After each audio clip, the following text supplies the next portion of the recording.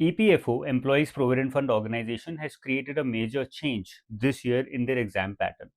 And I think that this pattern is very useful, very positive for all the students aspiring to and preparing for APFC as well as EOAO examinations.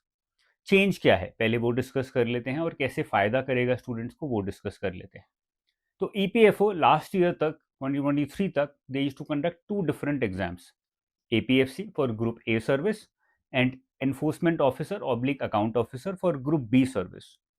इस साल इन्होंने क्या किया है, दोनों का same exam conduct कराने की मंशा रखी है. मतलब they have not said it directly but in the notification they say that is going to be a combined recruitment test. Combined का मतलब ये हो जाता है सेम ही होना चाहिए. And also they've not this time they've not given separate syllabus for both the exams, for both the services. They've given one syllabus only at one place. तो question अब ये आता है कि भाई मुझे सर्विस एलोकेशन किस बेसिस पे होगा और एग्जाम किस लेवल का होने वाला है, सिलेबस क्या होगा, वो सारी चीज़ें आ जाती हैं. उसको भी मैं डिस्कस करूंगा बट इस सेशन में I want to discuss what has been the trend और the pattern till now and what is the change specifically that they brought about, और इससे स्टूडेंट्स को क्या फ़ायदा होगा या क्या नुकसान होगा. ओके, आपको स्क्रीन पे अभी दिख रहा होगा. तो सबसे पहले पास्ट ईयर पैटर्न समझ लेते हैं. APFC एग्जाम मॉर्निंग में नॉर्मली हुआ करता था फॉर ग्रुप ए सर्विस, जिसमें they used to ask 120 questions, 300 marks, and this used to be allocated 2 hours. Evening में नॉर्मली एनफोर्समेंट ऑफिसर या अकाउंट ऑफिसर का एग्जाम होता था. Exactly the same pattern, 120 question, 300 marks, 2 hours. Level में difference होता था. APFC exam used to be of a UPSC civil services level, but enforcement officer exam civil services level से एक level नीचे होता था. CDS लेवल, CDS और civil services level के बीच का लेवल इस तरह से बनाया जाता था. 2023 was a bouncer level examination or an outlier because in 2023 EO exam was more difficult and APFC exam was comparatively easier. इसकी वजह से कट ऑफ में भी बहुत डिफरेंस था. यहाँ 138 के आसपास कट ऑफ थी, यहाँ 168 के आसपास कट ऑफ थी. 30 नंबर का मेजर डिफरेंस था.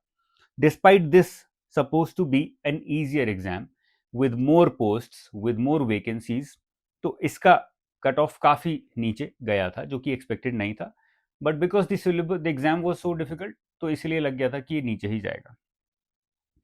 This is a major problem that is not going to happen any more. बहुत सारे स्टूडेंट्स खाली इसकी तैयारी करते हैं ये सोच के कि यार हम थोड़ा इजी एग्जाम ले लेंगे, लिख देंगे, और फिर उनको रियलाइज होता है एग्जाम हॉल में जाके अरे तो और डिफिकल्ट है, कुछ समझ नहीं आ रहा है. That problem will not arise any more. वो प्रॉब्लम आप अब एवर्ट कर चुके हो. ओके, तो न्यू एक्सपेक्टेड पैटर्न क्या है, इसको हम बोलते हैं, या इसको यूपीएससी अपने नोटिफिकेशन में भी बोलता है, कंबाइंड रिक्रूटमेंट टेस्ट, CRT. जो एक्सपेक्टेड लेवल है वो CSC लेवल ही एक्सपेक्टेड है because this is going to have group A service also. APFC का भी होगा और EOAO का भी होगा. तो आई एम एक्सपेक्टिंग कि ये UPSC सिविल सर्विसेज लेवल का ही एग्जाम होने वाला है. Allocation of service is expected to happen as it happens in civil services exam based upon your rankings. क्योंकि दो ही सर्विस हैं, एक ग्रुप ए है एक ग्रुप बी है, तो नॉर्मल सी बात है हर कोई ग्रुप ए ही पहले भरेगा, ग्रुप बी बाद में भरेगा. Everyone would want to have work experience on और selection in group A service. तो ये डाउट ही नहीं रह जाता है कि भाई जिसका भी सिलेक्शन हुआ, रैंक अच्छी है, तो ग्रुप ए ही लेगा, ग्रुप बी क्यों लेगा. तो ग्रुप ए ऊपर पहले फिल होंगी, जैसे ही ग्रुप ए फिल हो जाएंगी then they will start with group B. So based upon your rank you will be given or you might be given your post or your service. That is the expectation.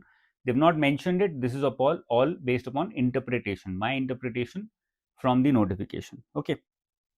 अब question आता है कि यार student का advantage क्या होने वाला है मेन इस एग्जाम में because of the change in the syllabus etcetera etcetera.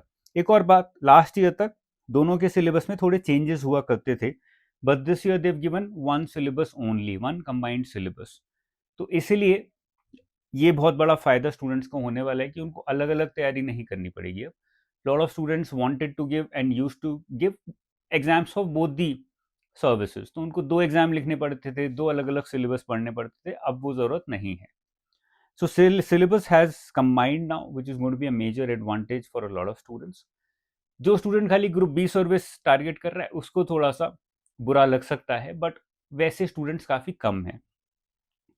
The selection is going to be much simpler and much less complicated because एक एग्जाम होगा, जैसे ही मल्टीपल एग्जाम्स कंबाइन होके एक एग्जाम बन जाता है, सिलेक्शन सिंपलर हो जाता है. And there used to be variation in papers. That problem used to be a big problem for a lot of students, जो मैंने एग्जाम्पल दिया 2023 का.